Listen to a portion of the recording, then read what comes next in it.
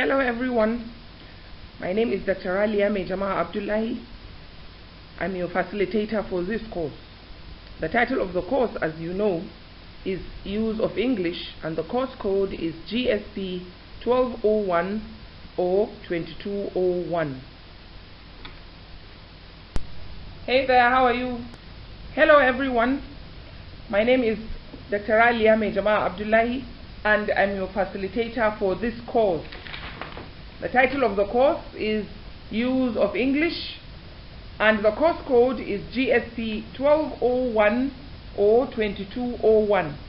You are Group 1, G1, from the Departments of Biochemistry and Nutrition and Dietetics. This is the 2020/2021 session, and the university is Bayero University, Kano. The first module on this course is vocabulary development. Now, as you all know, you need a sound vocabulary if you are going to be an efficient and effective user of any language. And your vocabulary is informed by the number of words that you know, but not only knowing the words, but also knowing the meanings of those words and how to use them. So your vocabulary means the words that you know and can use correctly in any language that you are speaking. So this module focuses on developing your vocabulary, and it focuses on the ways that you could follow in order to develop your vocabulary, since it is such an essential ingredient in spoken and written communication. Now, in this module, we shall be discussing the following items: denotation and connotation, registers and jargon, phrasal verbs, and idioms. So let's begin.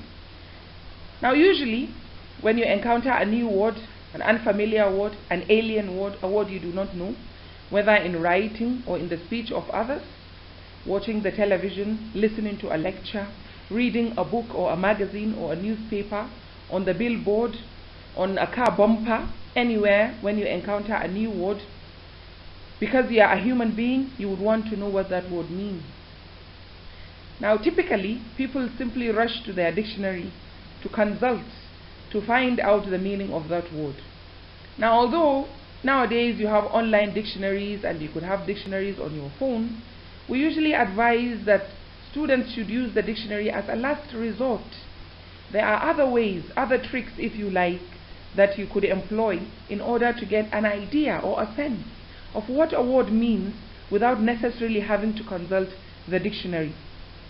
One benefit of doing this is that it will not distract you from whatever it is you are listening to or whatever it is that you are reading. You see, when you are reading a book, you can't keep going to the dictionary every time you encounter a new word. This will interrupt your reading, and it will even interfere in your enjoyment of the reading or your understanding of the overall text that you are reading, because you keep putting it down, going to look for the meaning of a word, coming back to the book that you are reading. It is tedious, it is distracting, and it fragments your reading and your understanding of the entire text. So while you are away searching for the meaning of a particular word, you are actually doing yourself a disservice, because you are losing the thread of the connectedness of the meanings that you have been putting together to give you the meaning of the overall text or the overall book that you are reading. Likewise, when you are listening to a speech or listening to a program or some news being cast on the television or over the radio, once you hear a new word, you can't interrupt it and go and look for the meaning of that word from the dictionary. By the time you return, the program has overtaken you, it has moved on, so you can't catch up again. So this is why we recommend to students that the dictionary should always be a last resort. So in that case then, what should you do? Now, there are several ways that you could follow, which we shall discuss one by one. Keep in mind though that once you do get to a dictionary, it should be to confirm what you already understand or what you suspect to be the meaning of that word, and also to find out more information about that word, other ways it could be used, whether it has other meanings besides the one that you understand it to mean, and also its pronunciation. So what are these other ways? They include the following: the origin of a word or its etymology, sound or onomatopoeia or onomatopoeic words, the root or the base of a word, loan words or borrowed words, the grammatical category of a word, its context of use or production, intuition, and finally, as we said before, the dictionary.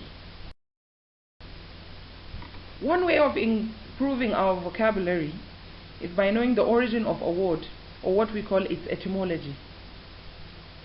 Now, some English words originate from other languages, such as Latin, French, Portuguese, and Greek. That is to say, these words are not original to the language itself, to English language itself. They have their origins, where they came from, in another language, and usually the languages are the ones that I have mentioned. Now, knowing this will help you tremendously.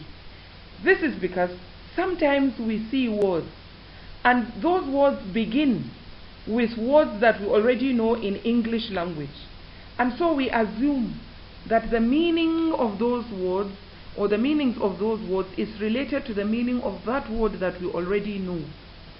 Now, when you do this, you might end up embarrassing yourself or making a mistake or misunderstanding what the speaker or the writer is saying.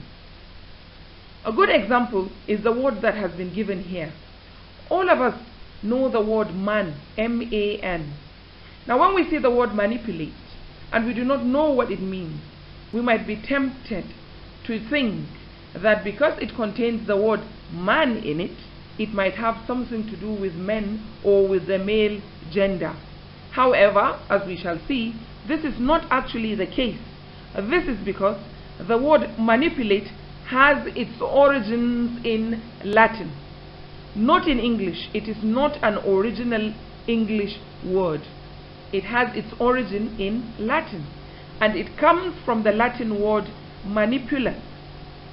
Manipulus means handful in Latin, and even that one comes from the word for hand, which is manus, and manus means a hand, the hand that you have, the hand you use in writing or in typing or in holding things. So the word manipulate then means a skillful handling of objects. So you can see that nowhere in the word manipulate do we see any reference to men or to boys or to the male gender. Another word is igniculus. This is another word which has its origin in Latin, and igniculus in Latin means spark, a small fire, ardor as in desire, or origin. Now, this word igniculus is the origin of words like ignite and ignition, which you already know are English words. So you can see that the word ignite has its origins in Latin, and the word ignition as well. Even the word origin itself comes from the Latin word origo, and origo means rising or rise or birth or source or origin or beginnings in Latin. So you can see that anytime you see origin or the word original, you know that its base or its origin or its beginnings are from Latin. So this means that it is very important that you should keep this in mind, so that you avoid making the mistake of imagining that simply because a word begins with or has within it some word that you already know in English language, that word, the meaning of that word is related to that word that you already know. This is not always the case. So in order to avoid mistakes such as this, it is a very good idea to familiarize yourself with the origins of words. Now, the good thing about this is that once you get an idea of what a particular word means and where it comes from, like the word man. Anytime you see a word with mani or man, you may be able to link it to the Latin origin, which you now know has to do with how to handle things. So please keep this in mind so that you are not tempted to make that kind of mistake. Another way of getting to know the meaning of a word is through its sounds, what we call onomatopoeic words. That is, these are onomatopoeia is the property of a word sounding like what it means. That is what onomatopoeia means. So that the meaning of the word is derived from the sound, what it sounds like. So this means that the meaning of some words can be derived from the sound that is produced when pronouncing the word. The examples you have here are such as whisper, rustling, whistling, or tick-tock. Actually their sounds portray the meaning of the word. Think about this. When two people are standing away from you and they are whispering to each other, you are not able to make out the individual words that they are speaking, but you can hear sounds coming to you, and when you listen, the sounds actually sound, and that is whisper. And so you can see that the word itself comes from what we hear, the expressions of air that we hear when people are whispering. So this is why it is called an onomatopoeic word. So also rustling. When you walk in a forest, or when you walk under a tree that is losing its leaves, as you are stepping on the leaves, you hear a slight crackling sound, or the leaves move as you move through them. Little twigs are breaking. So that kind of movement, as you move your foot through the leaves that are under the tree or on the forest floor, this is called rustling. And when you listen to it, it sounds like a rustle. So this is why it is also called an onomatopoeic word. So also whistling. Well, I'm not a terribly good whistler. I'm sure some of you are, but from what I'm doing, you can see to whistle, when you stress on the first syllable, you can see that you are almost whistling. So you get an onomatopoeic word there. Also tick-tock, like the ticking of a clock. Tick-tock, tick-tock. Please, it's not the social media TikTok that we are talking about here. Keep that in mind. We are talking about the word to tick-tock, to go back and forth. Tick-tock, the ticking of a clock, the tick-tocking. Also the ding-dong of a bell, ding-dong, ding-dong, things like that. So these are actual words, but they are onomatopoeic because their meaning is derived from the sounds that they make. Other examples include the trickling of water, the meow of a cat, the beeping, tit, tit, tit, tit, of a device, the thud, which is the thudding of something when it falls. When you throw a solid object on the ground, it thuds. So that sound, the boom of an explosion, the banging when people are making noise, banging things on tables and tops and what have you, the clanging of metal spoons against each other. When you take metal objects and you hit them together, you get a clang. The gurgle is the sound you make when you use your Listerine. Those of you who use mouthwash, Listerine in the morning, you leave it in your throat and you move it back and forth using the air from your lungs. And when you listen to that, the sound is that's gurgle. So gurgling. And when you hiss, the hissing of a snake. So it's also onomatopoeic, and we've already spoken about rustle. So these are sounds. These are onomatopoeic sounds. Now what does this mean for the student?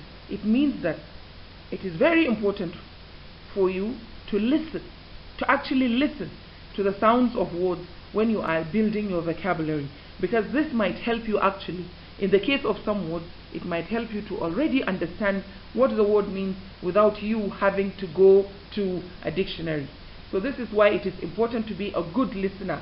At some point during this course, we shall be doing listening skills, and you will see that helps you. If you have good listening skills, it will help you even in not only in understanding what is being said, but also in developing your vocabulary.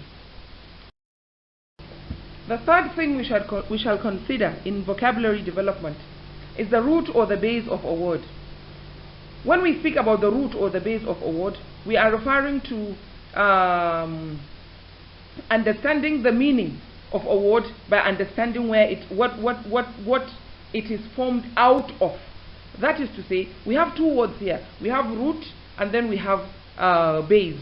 So a root is a basic word to which affixes can be attached. It is called a root because it forms the basis of a new word and it cannot be broken down. Think about building a house, for instance. You need a foundation. The foundation is your root, and the foundation gives you an idea of what kind of building is going to be erected. It is once you have a foundation that you begin to add things, such as blocks, such as walls, such as panels, such as eventually you do fittings, you do painting, you do flooring, and so on. But you need a foundation. Now, once you understand what the foundation is, you'll be able to have a kind of idea what kind of building is going to emerge on that foundation. So this is what we are talking about when we speak about the root word. The root word itself, as we said, cannot be broken down, but it can be added to. Other letters can be added to it so that it can give a new word. For example, act, A-C-E. Act is a word. You all know what it means to act, right? To be an actor, for instance, when you act, when you are acting. So act is a word, but it is also a root word. That is to say, other things can be added to it to produce a new word. For example, we can add IVE to ACT so that we have what a new word, active. IVE is a suffix. There will be more on suffixes and affixes and prefixes later on, but for now, understand that IVE is a suffix that we can add to the word act and to make the word active. Now, if you already understand the meaning of act, then you would know that active means you are moving, you are in action, you are being active, you are doing things. So this is the importance of understanding the root of a word. Now, even if you don't have the exact or perfect definition of active, when you see it, since you know what act means, then you'll be able to say, this is related to that. It must mean some action thing, or things going on, or doing things, or being in the process of doing things, or being in constant motion, etc., etc., etc. Now let me just point out something here. The root of a word is not the same as the origin or etymology. There is a difference. When we spoke about the origin of the word manipulate, we made reference to its Latin or its origin in Latin, which is manus. Now you will notice that manipulate does not have manus and then pilate. So there is a difference. The root word can come from the actual language that you are speaking, act in this case, from English. While when you speak about the origin, you are trying to find out where the original source for that word is. Is it from another language? So that's when we speak about origin or etymology. But when we speak about root, we are just talking about a word that exists to which other things can be added. So take note of that, please. Now a base, on the other hand, is a word which gives the basis for the formation of a new word. It also functions like a root because other things will be added to it to form a new word, but it is different from the root since it can be broken down further. What do we mean by this? Where the root cannot be broken down, a base word can be broken down. Here's an example which you can see in front of you. We have already said that act is the root for active, but active itself is a base for activity. You can see that active can be broken down into act and IVE. So that is why it is not a root. A root can't be broken down. So active can be the base for activity. So you can see that from all of this, that once you understand the root or the base of a word, it will now enhance your understanding of that word. Other examples include ominous, which comes from the word omen. When we say something is, an omen means a sign, but usually it means a bad sign. It is a bad omen, that something bad is going to happen to you. Something happens and you see that as a sign of bad things to come. So from your understanding of what omen means, when you see ominous, you know that it has negative connotations. So also another example is indecisive, which has its root word decision. So you can see that in this case we are using an affix then in that case. So indecisive, decision, right? Or ingenious, from the word genius. On this slide we are looking at what we call loan words. These are words that are borrowed from other languages and they are used in the new language without changing the form of the word. Again, this is different from the origin or etymology. In the origin or etymology, you can see that the word is changed. It is simply used to form new words. It is changed or modified or manipulated, right? But in this case, loan words are words that are borrowed as they are. They are used in the new language as they are in the original language. An example is coup d'etat, for instance. This is French, and it is used as it is in English. There is no modification that has been made to it. Safari is also another word which is borrowed from Arabic, and it is used as it is without any change in its spelling, for instance. It is borrowed from Arabic. Anonymous comes from Greek, loot comes from Hindi, and cartoon comes from Italian. Other examples include double entendre, enjambment, etc., which are both from French. So you can see that in this case, when we speak about loan words, we are talking about words that have been borrowed from another language and are used in the language that is being spoken without any change to their shape or to their form, sometimes even to their pronunciation.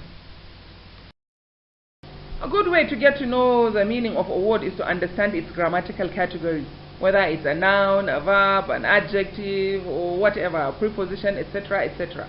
Now, knowing the word class of the word will help you to understand the meaning of that word. For instance, if you already know that a given word is a verb, and you already know that a verb means an action word, then if a verb is an action word, then you already know that whatever that word is, even though it is unfamiliar, it is indicative of something being done or something is happening. So that is the importance of knowing the grammatical category of a word. Now, it also helps then for you to know the sentence structure. If you know the basic sentence structure in English, it is SVO, subject, verb, object. Now, the word's position in the sentence could help you. It is not always, of course, since we have simple sentences, complex sentences. We shall be looking at types of sentences in other modules later. But it helps to know, if you know the sentence structure, the position of the word in the sentence could tell you which grammatical category it belongs to, and that will then help you in understanding or having an idea of what it means. So let's look at this sentence. The boy doodled on a drawing pad. Now, from the SVO sentence structure, you will see that the word doodled is a verb, since it comes after the subject. And so we know that doodling is something that a person could do on paper, since we know that a drawing pad is a type of paper. Context is another way of getting to know the meaning of a word and thereby building your vocabulary. And what we mean by context is the environment in which a word is used, because this helps in suggesting the meaning of that word. Now, this environment could be the surrounding words, that is the words that surround the unfamiliar word or the alien word or the new word or the word that you do not know. And it could also mean where the word, the setting, where the word is used, whether it is used in an office, in the hospital, in a bar, in the classroom, etc., etc. So where you say a word could determine the meaning of that word. This is what we mean when we speak about context. Take, for example, the word treatment, which you can see before you. This word can have different meanings based on where it is used. For example, treatment could mean an attitude towards a person. That is how you are being treatment. I received very good treatment from my colleagues at the department yesterday. So you see, I'm talking about how I was treated. So in this case, treatment means how you treat a person, be that person a slave, a guest, a friend, or a customer. Another meaning for the word treatment could be the action of a nurse or a doctor to a patient in a hospital. When you go to hospital, what do you receive? You receive treatment. I was treated for my illness. I got treatment for my wounds at the hospital. So you can see that here again, the context, the mere mention of hospital, people already know that you are not talking about being treated in a particular manner. Rather, you are talking about being attended to, having an injury or a wound which received care and attention and perhaps some drugs from medical personnel. Treatment could also mean to purify water. We have what is called a water treatment plant. Here, polluted or dirty water passes through some mechanical purifying process where all the impurities and the dirt and the germs are removed, so that what emerges is purified water. This is called water treatment. So in this case, it is the water that is being treated to rid it of impurities and germs and diseases and what have you. So you can see that the same word has meanings that change depending on where it is used, depending on its context.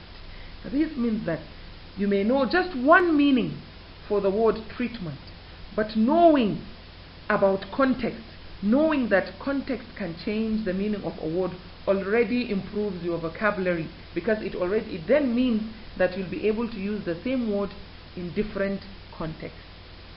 Now, consider this sentence below, which is the sentence we used in the previous slide. The boy doodled on a drawing pad.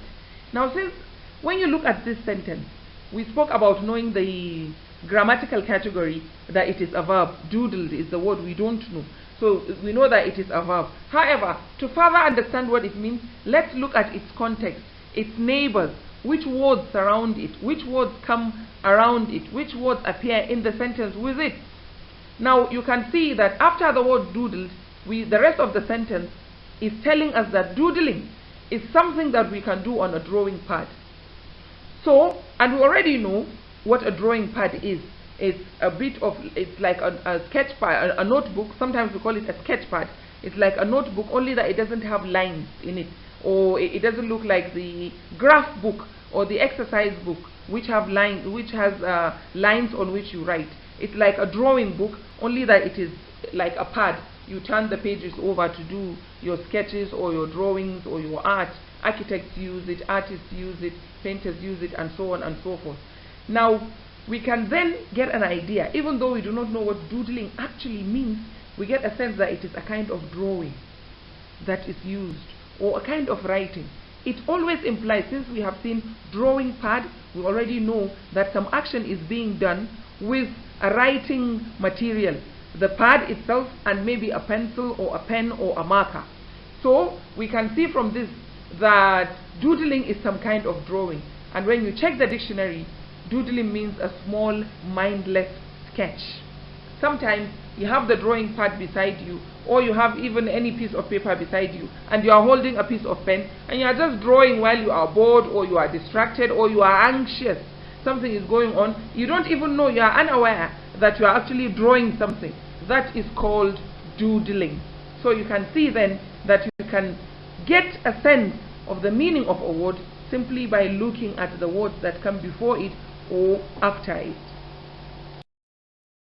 Here we want to talk about intuition. Intuition means something in it, having an innate or instinctive knowledge about something. So, a native speaker of a language has an intuitive or innate knowledge of his language. That is to say, when you think about your mother tongue, it's not every word that people sat you down to teach you the meaning of. You just intuitively pick up language. You learn the meaning of words by listening to how they are used, not by looking up the meanings of those words in a dictionary, or by having someone actively sit down to tell you the meaning of those words. Many words you learn them intuitively. This is what we mean by intuition. But you may not be a native speaker in the language that you are speaking, such as English now for us here. So, how do you use this? A competent user of a language can have intuitive knowledge of the language as well. How? This is achieved through extensive reading and plenty of exposure to the second language. You expose yourself to the language. How do you do this? By listening to native speakers of the language, for instance. If you constantly listen to the BBC or to VOA, that's where you encounter native speakers of English. You constantly listen to programs on the television. If you have DSTV, for instance, you listen to Discovery, you watch Animal Planet, you listen to documentaries, or you watch or you listen to documentaries, you listen to native speakers of the language, and you always place yourself in context and situations where you are forced to use the language. Then eventually and with time you will acquire what is called an intuitive knowledge of that language. This can also be achieved through extensive reading. You read any and everything, not just books that have to do with your course of study, not just books that you've been assigned to read either in school or for an assignment, not just novels because you find them interesting, but you read newspapers, you read magazines, you read pieces of paper that you find lying around when you are walking. You read everything and anything that you can lay your hands on. This is called extensive reading, and it is driven by curiosity. And the more you read, the brain, the human brain, is an incredible organ. The more you read, the more it assimilates, and it keeps things without even you knowing that it is storing them. And that is what will form the sort of database for your intuitive competence in any language. So, in other words, what we are saying here is for you to practice, practice, and practice if you want to get intuitive knowledge, which will help you in building your vocabulary. Once you have that intuitive kind of competence, you will find that when a word is spoken, even though you do not know what it means, because of your familiarity with the language, you will find that you are able to have a sense of what it means, so that later on you can confirm from the dictionary. Okay, so here we are finally at the dictionary, right? I'm sure you're happy that we finally arrived here. Now this, as we said, should be your last resort to understanding the meaning of a word, right? Because it serves as a reference material. You are supposed to use it to affirm, to compare, or to get a further understanding of a given word. Why do we discourage the use of the dictionary? Because if you keep going to the dictionary, you will get what is called dictionary dependency. You will depend on the dictionary so much so that you will not attempt to use your own brain to try to understand things. Every time you hear a new word, every time you come across an unfamiliar expression, you will simply rush or run to the dictionary. And this will impede your competence really. So, you should go to the dictionary after you have guessed what the meaning of a word is, or you have tried to think that, well, maybe this is what it could mean, this or that, and you finish your reading, or you finish your listening, you finish attending the class.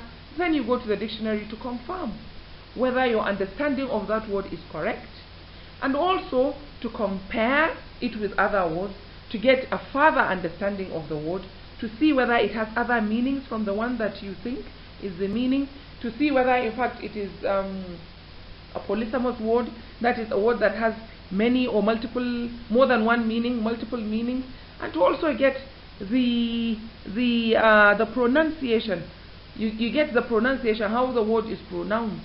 You get that from the dictionary. So the dictionary goes beyond just word definition in teaching vocabulary. It gives you other information such as pronunciation. It tells you the class of the word. Here you can find out whether you are right that it was a verb or a noun. It tells you the word class. It tells you the style, whether it is used formally or informally, whether it is a word that had old usage which is called archaic, that is, it is no longer used, whether it is a derogatory term, that is to say you use it to put people down or to talk down on people, whether it is an insulting term, and its relationship with other words, as well as how to use it.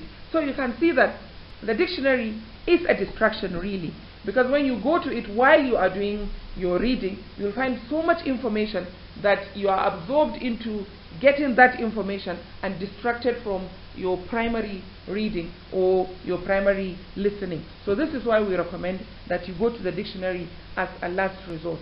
This being said, however, I would advise that each and every one of you should have or get a dictionary.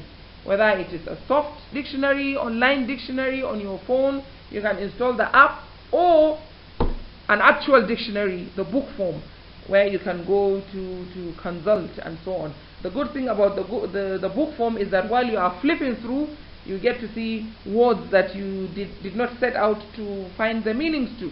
Whereas with the soft dictionary, I call it, I don't know whether that is even correct, it's called a soft dictionary or online dictionary. Generally, you just type in the word you are looking for, see the meaning, and you move on. So each has its advantages. The advantage of the online dictionary, or the one where you have the app on your phone, is that it is instantaneous and you carry it with you everywhere, while the advantage of the hard copy dictionary is that you get to see other words that you didn't actually set out to find the meanings to, thereby again improving your vocabulary, which is the whole point of the exercise here. So as we mentioned in our introduction, one of the topics that we shall be considering in this module is denotation and connotation. Now, when we speak about denotation and connotation, we are talking about meaning, about how to get the meaning of a word, or how meanings are formed. Now, meaning can be actual or literal, where you find that the item which the word represents is something that you can identify in the real world. Now, this type of word meaning is called denotation. For example, when you say cat or when you say dog, there is a particular animal that you can point to in the real world that has that name. So this is called denotative meaning, or this is called denotation. When you say pen, when you say paper, when you say laptop, when you say handset, when you say phone, when you say iPhone, all these are things that exist in the real world. And so when we speak about their meaning is actual or literal. Their meaning is denotative. It is called denotation. Now, the converse side of this is that meaning can also be based on sense, or it is what we call literary meaning, not literal. Literal is denotative, literary is connotative. Now, in this case, the meaning of the word is formed by association. That is to say, by associating the actual meaning of a given word, that is its literal meaning, and extending it by sense to relate it to another experience. That means that the word actually has its literal meaning, but we extend its meaning to something else based on our understanding of its literal meaning. Here's an example. The actual or denotative meaning of the word dog, that animal, can be extended to some behavior which is associated to the actual animal dog. So, for example, if you are promiscuous, you know promiscuity, chasing after the opposite sex. If you are promiscuous, you can be called a dog. If you love taking things that do not belong to you, you can be called a rat, because you are a thief, you are stealing. And since for us the word rat itself has a denotative meaning, that is the animal which comes into our houses to take things that do not belong to it, right? So that's stealing, isn't it? And so therefore the meaning of rat is extended to a human being, in which case now that meaning is called connotative meaning. Now, a witty person, a person who has wisdom sometimes, or who displays wit, could also be called a tortoise. So you can see that there are two ways here. Denotative means the actual meaning, the literal meaning, something that you can point to or see or feel or touch, something that you know exists in the real world, and this is called the literal meaning, while connotative is something you use your sense to associate, and which is also called a literary meaning.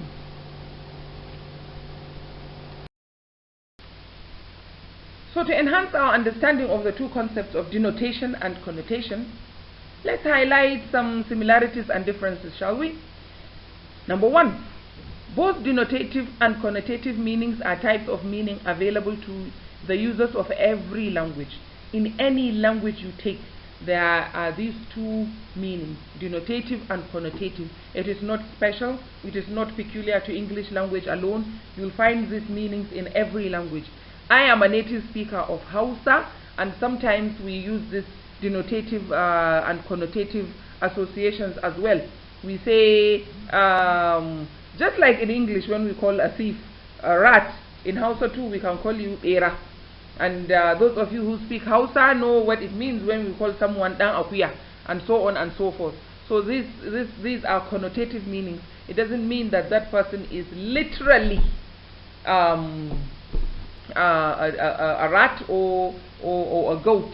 Only that we take behavior that we associate with the rat and the goat and ascribe it to that person, or that we recognize that kind of behavior in the person, and so we call him by that name. Now, denotative meaning identifies items in the world, right? Donkey is an animal with 4 legs, which is usually used to carry heavy loads, right? For carrying heavy loads. But connotative meaning is a sense relation of the denotative meaning of a given word by extension, right? So, for example, the meaning of a donkey can be extended to a human behavior based on the speaker's knowledge of the donkey, just like I have explained with the rat and with the goat. So, in one experience, you can call a person who is a workaholic a donkey because they're always working hard. In another instance, you can say that a donkey is a stupid person. If you see that a person is stupid, you could call that person a donkey. Jaki, we say in Hausa. So these experiences are triggered by the speaker's culture. So that means then that denotation and connotation could depend on the culture from which you emerge. So that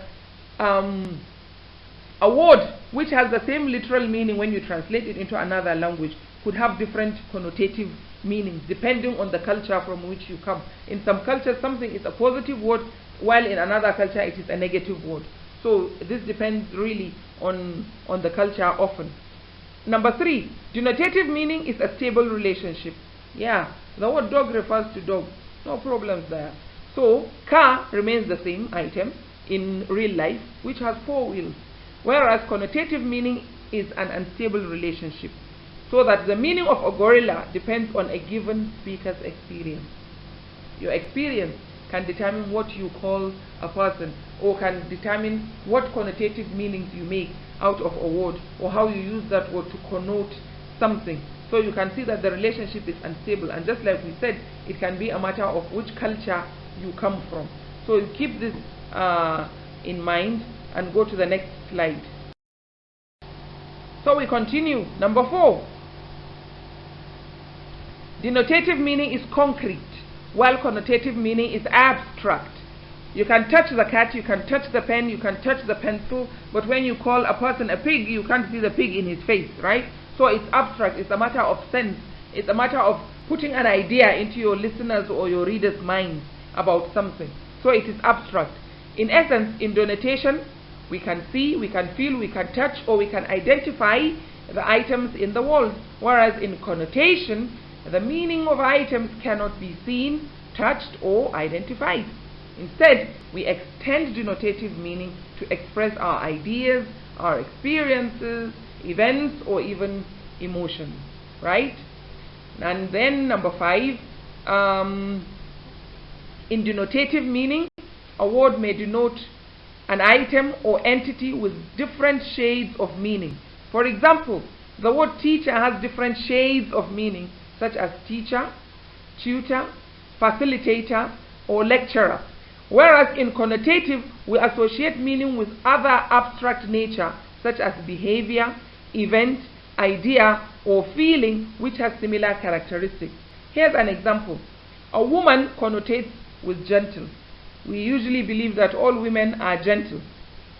A pig connotates with dirty. Whenever we think about pig, we think about filth, we think about dirt, right? So rat connotates with thief. When we think of the rat, we think about stealing, we think about taking things that do not belong to you. The owl connotates with either witchcraft, and this is where our explanation on culture comes in. In Africa, when you call someone an owl, you're associating that person with witchcraft. Whereas in the Western world, when you go to the UK or England, for instance, when you call someone an owl, it means the connotation there is that that person has wisdom.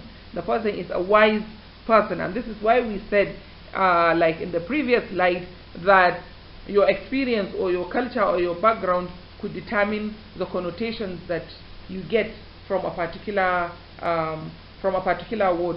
So denotative words, denotative meaning can have different shades, while with connotative we are talking about aspects that are abstract in nature, such as behavior, event, idea, or feeling. So you can see here the differences that you have between denotative and connotative meaning. This will all go towards helping you understand how words are used, and once you understand the denotative and connotative meanings of words, you can be able to use that to enhance and to improve your vocabulary. Before we go on to the next topic on this module, there are a few things that I want you to take note of. Number one, words which have different shades of meaning also bring about what we call in English synonymy. Thus, connotative meaning yields synonyms. For example, sour and rancid, they all mean that something is spoiled. So here, sour and rancid are synonyms because they mean something is spoiled, even though they are used with different words, with different nouns, with different objects. Sour is used for orange. You can say a sour orange, but you don't say a rancid orange.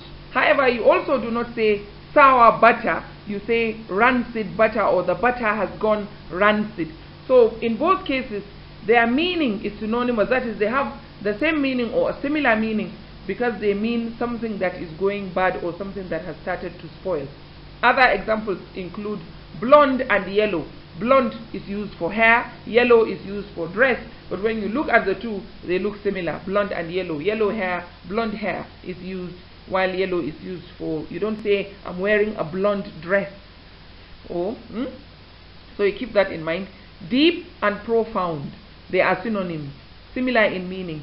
Deep is used for gutter, profound is used for wound or for argument. For example, you can give a profound argument about something, a perspective that you have, a position that you want to defend. So you give profound argument or profound speech, right? Not a deep argument. Then you have bright and colorful. You have a bright student, for instance, and you have colorful attire, where you immediately notice the clothes that someone is wearing, and you immediately notice a student who is good. So these are synonyms. And then statesman and politician. But here you see that statesman is usually used for retired politicians who are not considered corrupt, while politician, especially in some context, means a corrupt person who is still active in politics. But you can see that both are politicians, both are involved in politics.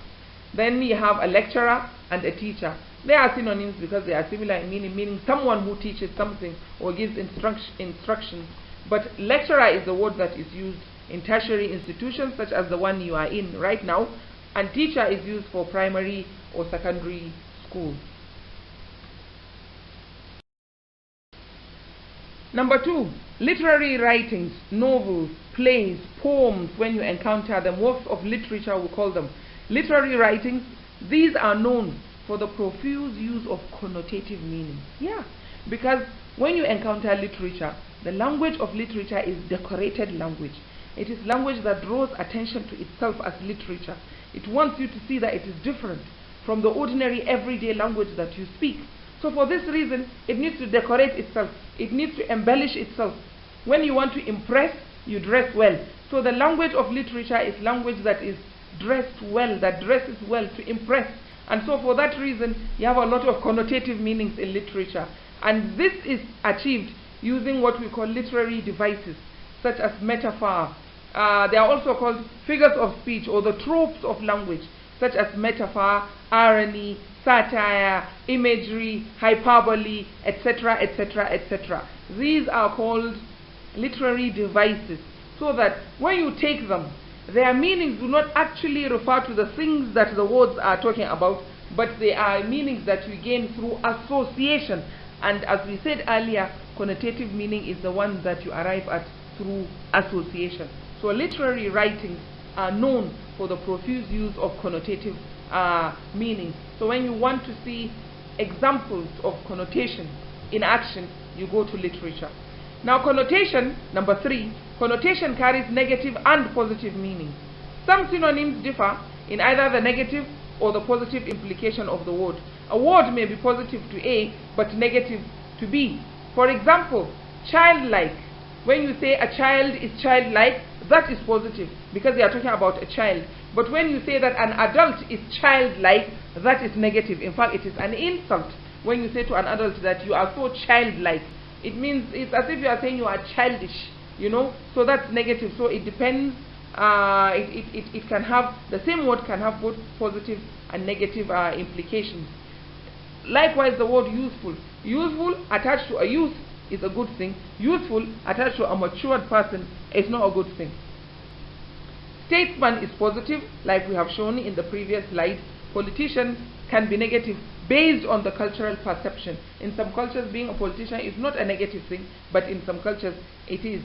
Liberty is positive to Americans. Freedom is positive to South Africans, but it is negative to Americans. So you can see that connotation can be a factor of culture, it can be a matter of experience, it can be a matter of context even. So you need to keep all of this in mind as long as you are interested in developing your vocabulary with regards to connotation and denotation. But having a sound understanding of the connotative and denotative meanings of a word or the usages of a word will help you tremendously in developing your. On this slide, we shall be looking at register under the topic registers and jargon.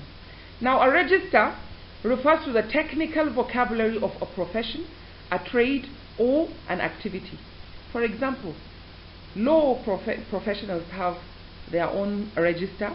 In medicine, there is a specific register. A philosophy, it can have its register. Linguistics, tourism, football, etc. This professional use of language is known as registers.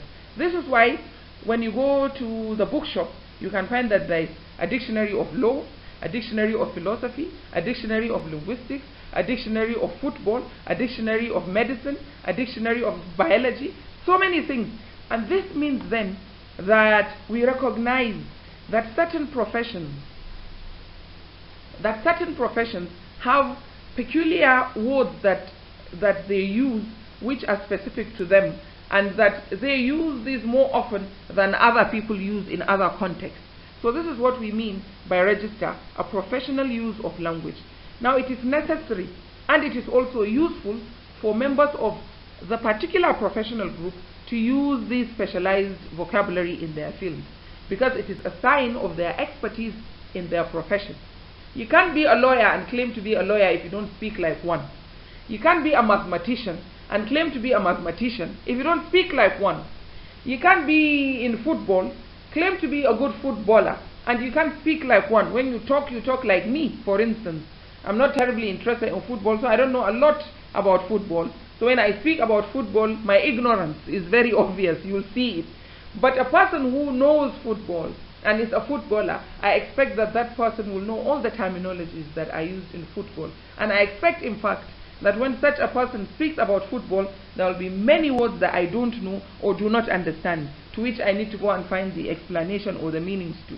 So this is what we mean by register. If you belong to a particular profession and that profession has its register, it is a sign of your expertise in that profession, that you are familiar with the register of that profession. This is because registers work like a professional code. Thus, when you use the register, when people who belong to the same profession speak in their register or use their register, they exclude non-members from their conversation. So, when two lawyers are speaking, I'm just an ordinary lecturer.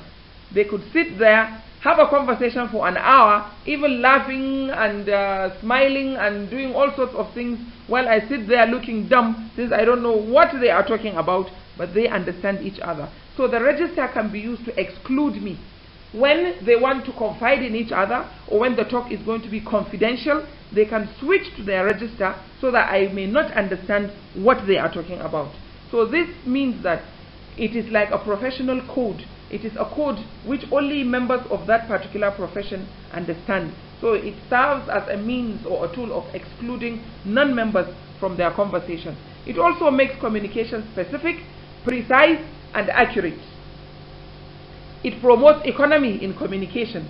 When a lawyer speaks, when they use all their legal jargon, we call it, or their legal terminology, well, let me not call it jargon, let me call it register. When they use their legal register, or their, we still call it jargon, but when they use these specific words and you ask them, what is the meaning of that word? You will find that they will use many, many words to explain the meaning of that word to you. So there is no economy. But if they use their register, there can be economy. They can simply say specifically, precisely and accurately exactly what they mean without having to explain to the people that understand them or belong to the same profession. So it promotes economy and it makes communication straightforward, specific, precise and to the point. So the register then is a professional badge of identification for members who feel an air of authority, prestige and a higher status when using their register in communication. Yeah, when you are a lawyer, if you are a law student and you are able to speak like a lawyer, you get a sense of achievement, a sense of authority, a sense of prestige. As students of biochemistry or students of nutrition and dietetics, when you speak about things that concern your discipline or your area of expertise, you feel, yes, now I can call myself a biochemist, or now I can call myself a nutritionist, because I'm able to use, because I already understand the words in my register. That is the words that are commonly used in my profession, which lay people such as myself, who do not belong to your profession or your area of expertise, do not understand and need more explanation on. So that command of your register is important. Of course, it improves your vocabulary, but it has other functions as well, as we have seen from our explanation of what the register is.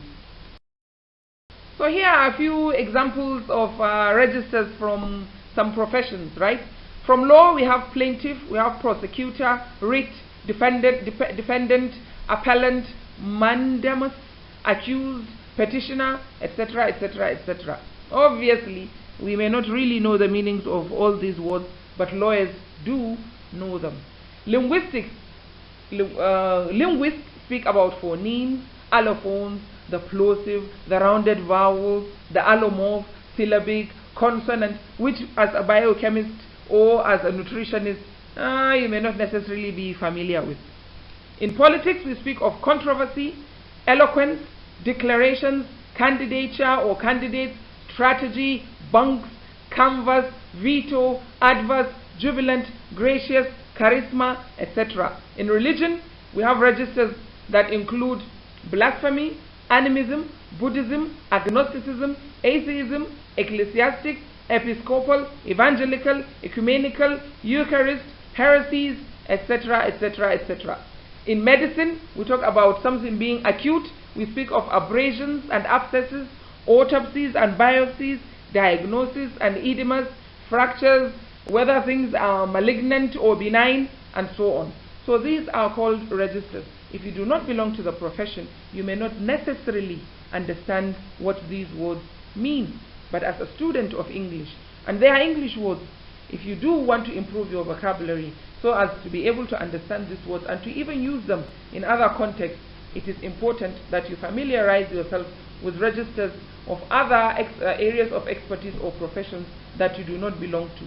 Not that it is absolutely essential for you, but if you already understand what people are saying, then you would not be, they cannot exclude you from their conversations or exclude you from their meanings, and therefore you also get a sense of achievement, that you have achieved something, and your vocabulary, of course, continues to develop more and more. Next is the jargon. Now, jargon means an obscure and pretentious use of language. It is marked by roundabout ways of expression. It entails the use of long and pompous words which are often unnecessary and inappropriate. So jargon really is not a good thing. The major aim of the speaker, when whoever uses jargon, is to impress the audience. So communication suffers at the expense of the speech. That is to say, communication suffers because the words used become barriers to understanding. The actual words themselves stop you from understanding what the speaker means. So, how do you know a speaker is speaking jargon? You ask this question: can it be said in simpler words? Can it be put more simply? Can it be said in simple words without impeding the speaker's intent? That is, can it be said without changing the speaker's meaning? Can it be said in a more simpler form in a more simple form without changing the speaker's meaning or disrupting the meaning of what the speaker intends? Now, if the answer to that question is yes, then it means that it is jargon. If the answer is no, that it can be said in a simple way and the meaning will still be obvious, then it becomes a register. So here's an example. Jalopies circumnavigate. This is jargon because all you need to say is cars move. That's all. But you can imagine jalopies circumnavigate. How many people really, when you say that, will understand what you are even talking about? So this is what we mean by jargon. This expression, jalopies circumnavigate, does not belong to the register of any profession. So it is just someone trying to impress you, and in the process you lose meaning because you don't even understand what the person is talking about.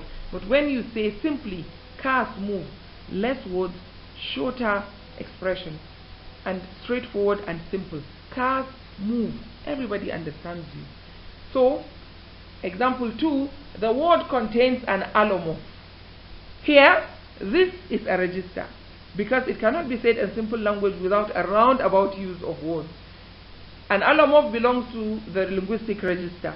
So it is a register, not a jargon. This is because when you want to say it, you will not say it in a simpler form. Rather, you will need more words to explain what it means. So this is how you understand the difference between a jargon and a register. The next topic on this module is phrasal verbs. Let's define it, shall we? A phrasal verb is a group of words which consists of a verb and other particles, where the particles can be a preposition represented by P or an adverb or both. So a phrasal verb means it is a verb plus a preposition, or a verb plus an adverb, or a verb plus an adverb and a preposition.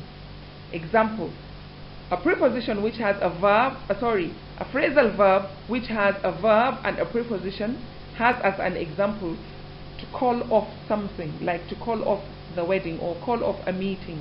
That means to stop it, to say it is no longer going to take place. Where you have a verb and an adverb, you can have add up. Up is an adverb because it modifies a verb, right? Gives you more information about a verb if you know your parts of speech. So add up, to put things together. And then where you have a verb, an adverb and a preposition, an example is to catch up with. Up, we already have seen, is an adverb.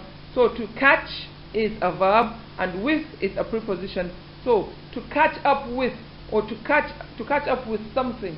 Something is at a certain stage and you arrive at that stage, so you have caught up with it, right? So this is to catch up with something.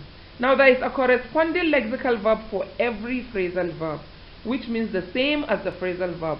That is to say, a phrasal verb, you know, has a verb and something else with it. But a lexical verb is just one word, right? So for any phrasal verb you take, you will find that there is a corresponding lexical verb, another word for it. So for example, look for, that's a phrasal verb, but its lexical verb equivalent is to search. Look for, search. Put out, extinguish. Object to refuse or to reject. To bring up something, an issue, is to raise an issue. So you can see that you can find phrasal verbs for lexical verbs, or you can find the lexical verb for every phrasal verb that is out there. So this is interesting to note, so that you understand not to break the phrasal verb because it comes together with its articles. Not to break it. Rather than break it, you can't say I'm looking Sarah. You have to say I'm looking for Sarah. So that's why it is a phrasal verb. They go together. You can't say I'm putting fire. You have to say I'm putting out the fire, or put out the fire. It means to extinguish. So if you want to use just one word, the idea is for you to go and look for the corresponding lexical verb if you want to use just one word. But if it is a phrasal verb, it remains as it is. So phrasal verbs are divided into two: separable and non-separable phrasal verbs.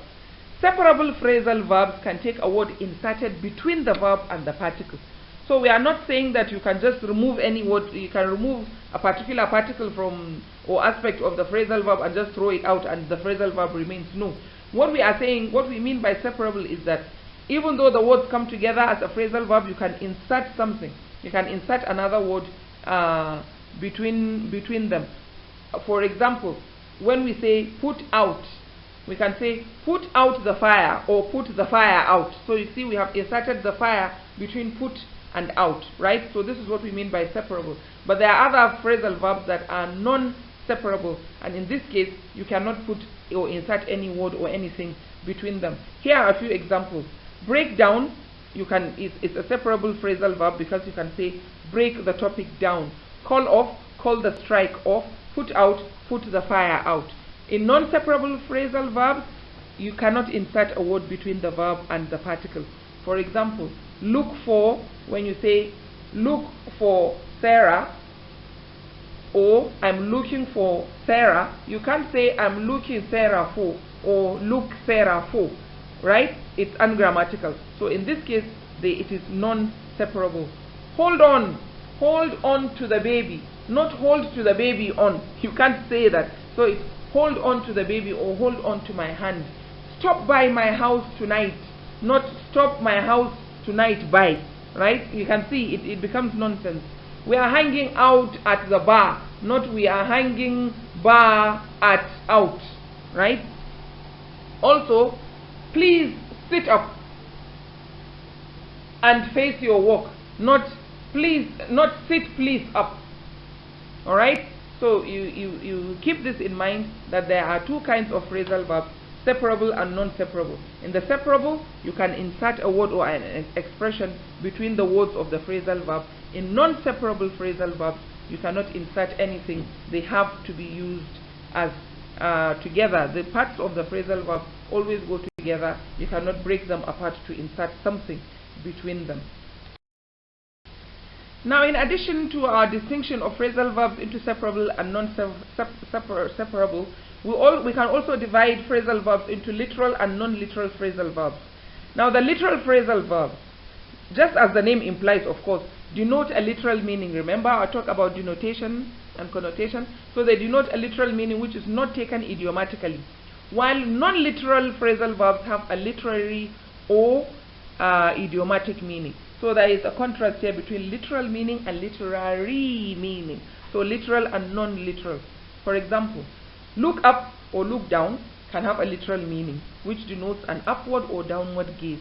When I say look up, you raise your head and you look at me. When I say look down, you cast your eyes down to the floor and you look down. So this is called a literal meaning. Although it is a phrasal verb, it has a literal meaning, right? But the same verb, look up, the same phrasal verb, look up, can have a non-literal meaning. For example, I look up to him as my mentor, means you respect that person, you follow their example. So you are looking up to someone. And so that is a non-literal meaning, isn't it? It doesn't necessarily mean that you are looking up at the person. No, only that you respect them and you want to emulate them or to copy them or imitate them or to follow their examples. So that is looking up, right, to someone. But to look down also can have a non-literal meaning. When you say, God is looking down on me, it means that he is being merciful, he is helping me, and so on and so forth. It doesn't necessarily mean that he's actually looking down at you, right? It only has that kind of non-literal meaning. The negative aspect of that is that to look down on someone, right, is to feel superior. When you look down on your father, you look down on your neighbor, that means that you disrespect that person. If it's your father, you look down on them simply because they've never been to school or they don't have a job. That means you disrespect them, you feel superior to them, and so on and so forth. So these are some examples. Another is to hang on. You hang on. If I say hang on to my hand, you are about to fall off a cliff. and you are holding my hand, then when I say hang on, I literally mean you should hang on and not let go. So it means to persevere, right? But also, it means to really hold my hand. That's the literal meaning. But when we say hang on, it can also mean to persevere, to continue in something, to not give up. Then to sit up, if a person is slouching in their chair or they are just reclining, when you tell them to sit up, it literally means that they should sit upright and sit properly. While it also has the non-literal meaning of to pay attention or to get serious. When someone is slacking, you can tell them, look, you really need to sit up about your studies. You know, you have to get serious.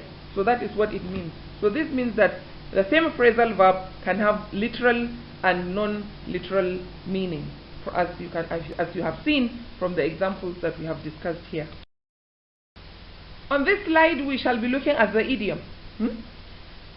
An idiom is a group of words whose meaning cannot be predicted from the meaning of the individual words in the structure. That is to say, an idiom is a collection of words that go together, but the meaning of that idiom cannot be deduced from the meaning of the individual words in the idiom. If you take the meaning of the idiom, it may not make sense, in fact, if you take the literal meaning. So that means then that idioms generally have non-literal meanings, isn't it? So this means, again, of course, that idioms are opaque in nature. They are not clear, right? They are opaque, shady. They have undertones, if you like. So a particular combination of words will fossilize over time. What do we mean by this? You all know the fossils, right?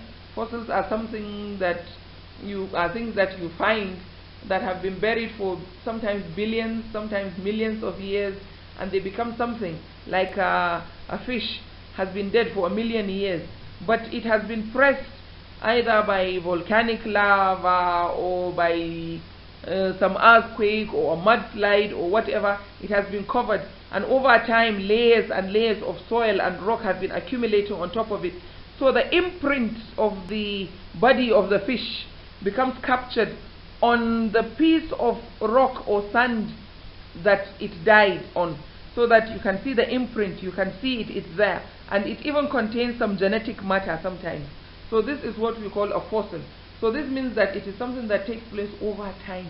It takes a long time. So idioms are a combination of words that have been put together, and over time they fossilize into a single thing. They concretize and unite and bond together and form something that has a single meaning. This is what we mean by something being fossilized. So that means that it cannot change. Obviously, if you take the fossil, how do you change it? How do you change the fish? You can't do that. It's already a fossil. It's like a stamp that has been placed there. So you cannot modify it. So this means that you can't change the meaning of idioms, as we shall see, of course, subsequently. So it is archaic and incapable of change. It has fossilized over time to form a unit of meaning, to have a single meaning. So the idiom, therefore, involves a kind of collocation. That is, when we speak about collocation, we mean the company that a word keeps. All of us have friends. I am sure all of you have friends. And most of the time when you are seen with your friends. So that's the company that you keep. So words also keep certain companies. And in an idiom, they keep company, obviously, since in fact they've been together for so long that they have become fossilized, right? So that they have the same meaning. So this involves a kind of collection. The company a word keeps, where a word in an idiomatic phrase cannot be substituted with another word. They are such a unit that you cannot replace any word in it. You can't say, okay, since this word has a similar meaning, for example, bucket also means pail, P-A-I-L, then I should be able to replace the word bucket with pail. No, you can't do that. You can't do that. The words in an idiom remain the way they are. So here's an example. He kicked the bucket. Now you cannot say he kicked the pail. You cannot also say he played the bucket. And you cannot say he jacked the basket or he kicked the basket. So in an idiomatic expression, the words remain as they are. You can't change them. Go to the next slide to see examples, more examples of idioms and their meaning. So here we are with some examples of idioms. To beat around the bush is to avoid talking about what's important, to get your act together. It means to get organized and do things effectively. To hit the sack, imagine, means to go to sleep. What has that got to do? Hit the sack. To hit the sack, it means, if you take it literally, you keep a sack and you begin to beat it. You are hitting it.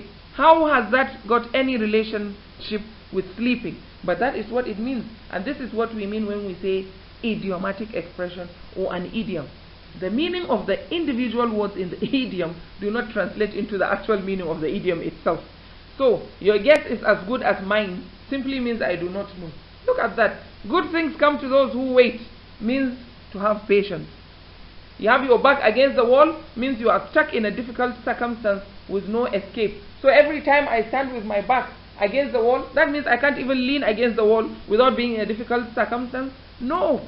But to lean against the wall or to have my back against the wall as an idiomatic expression means that I'm stuck in a difficult circumstance with no escape. But the literal meaning is that someone is just standing against a wall and leaning against it. So in that case, that wouldn't be an idiom. To go up in arms is to be grumpy or angry about something. So just being angry does not mean you are carrying any weapon, right? Or being grumpy does not mean you are carrying the bow and arrow or a sword and a shield and so on and so forth. But that is what it means. So you can see from the idiomatic expressions here, from the idioms that you can see from the idioms on this page that the meaning of if you take the individual meanings of the words in the idiom, they do not translate to the meaning of the idiom itself. To beat around the bush, to avoid talking about what's important. When you refuse to talk about important things, you are not carrying a stick and beating a bush. That's not what you are doing. But the idiomatic expression, to beat around the bush, has that meaning. So this illustrates to you that the meaning of an idiom is not gotten from the meanings of the individual words. If you insist on the meaning of the individual words to give you the meaning of the idiom, then of course you will end up either humiliating yourself or being very inaccurate or misunderstanding what is being said. So the thing about idioms is that you can go online and look up idioms. There are many of them. All of them, in fact, are out there, and you'll be able to see them and their meanings so that you can be able to use them, or you could understand them when they appear, or whenever you encounter them in speech or in writing. So this slide number 35, number 25, and slide number 26 basically just give you more examples of idioms and their meanings, so you could just keep scrolling to look at them. But these are just examples, as I have said.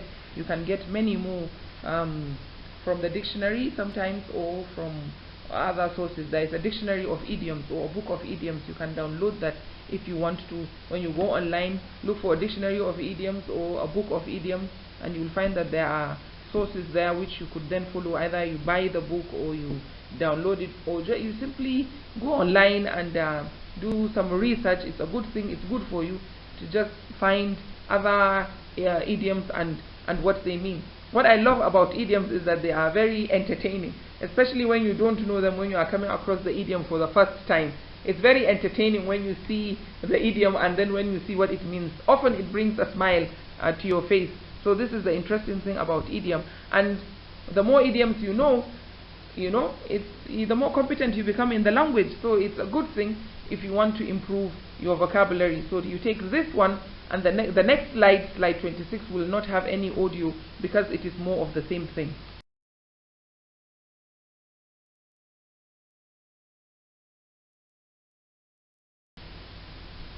In a nutshell then, idioms then are semantically like a single word, but they do not function like a word, right? They don't function like a word because they do not change or take on grammatical features the way that noun words could take plural forms. A noun can have a plural form, like the car can become cars, a cup could become cups, a fly could become flies. So the idiom does not have that. Nor does it function like a verb where you could have a tense, like cook becomes cooked, right? And so on.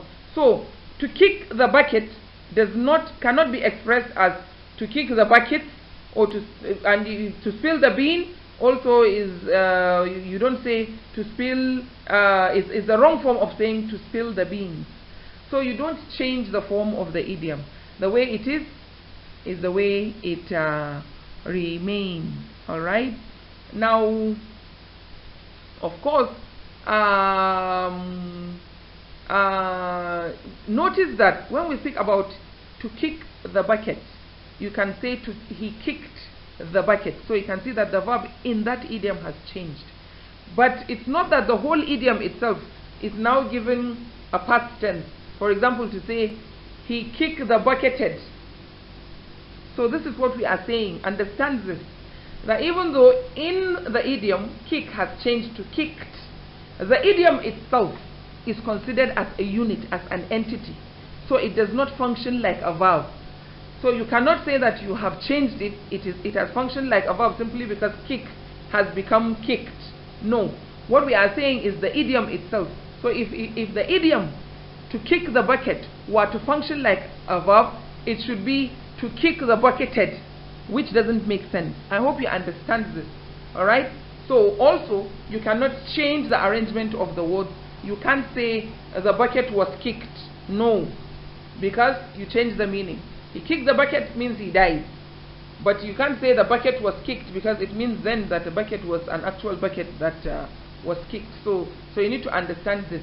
You don't change the arrangement of the words, nor do the words function like a noun would function. So you can't say he kicked the bucket, for instance, or to kick the bucket with an S where you pluralize that. No, you don't do that. So you leave the idiom as it is. Also, what we have is a red herring. You can't say it is a redder herring. No, please don't do that. So once a thing is an idiom, just leave it as it is, because it doesn't function the way a noun or a verb does. So idioms do not change or take on grammatical features the way that nouns will take plural forms or verbs will take tense forms. So you keep this in mind and take note of how to use them in order to apply them in developing or enhancing your vocabulary. So to conclude, this module has been about vocabulary development. We have focused on the need for you to improve your vocabulary and the ways that you could go about doing so. We have looked at ways of improving your vocabulary without having to necessarily go to the dictionary, and we have shown how it is better for you to use the dictionary as a last resort.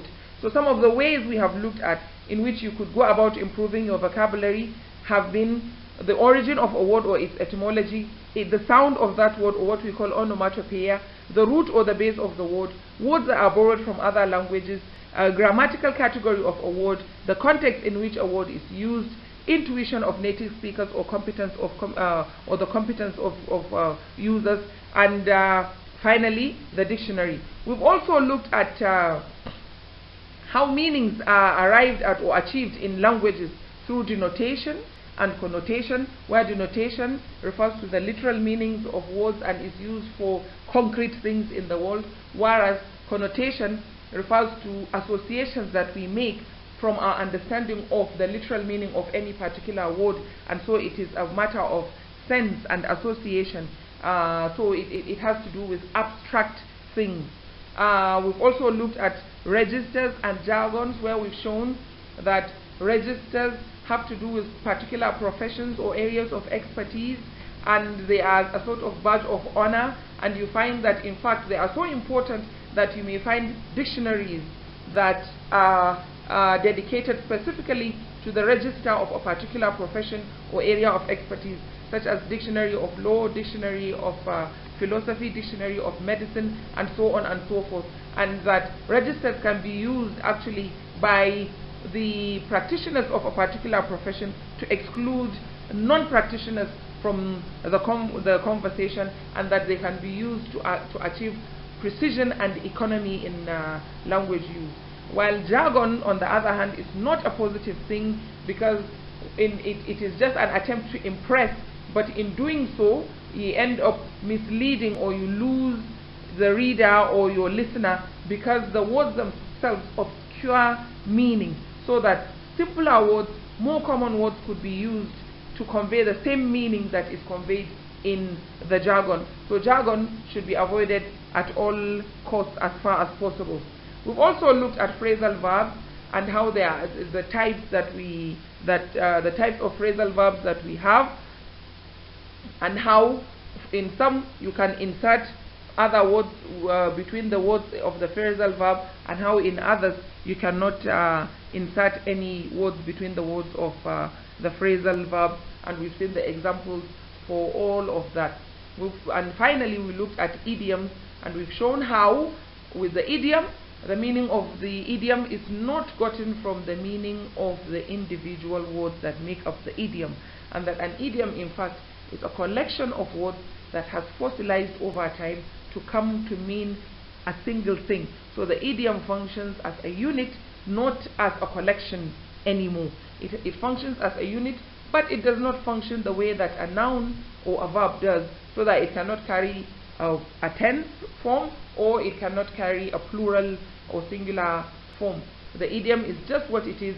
So the important thing about the idiom is to know its exact meaning if you are going to use it, and to be able to understand its usage. So the importance of this module, of course, cannot be overemphasized. You need to understand that to be a proficient user of any language, you have to have a sound vocabulary.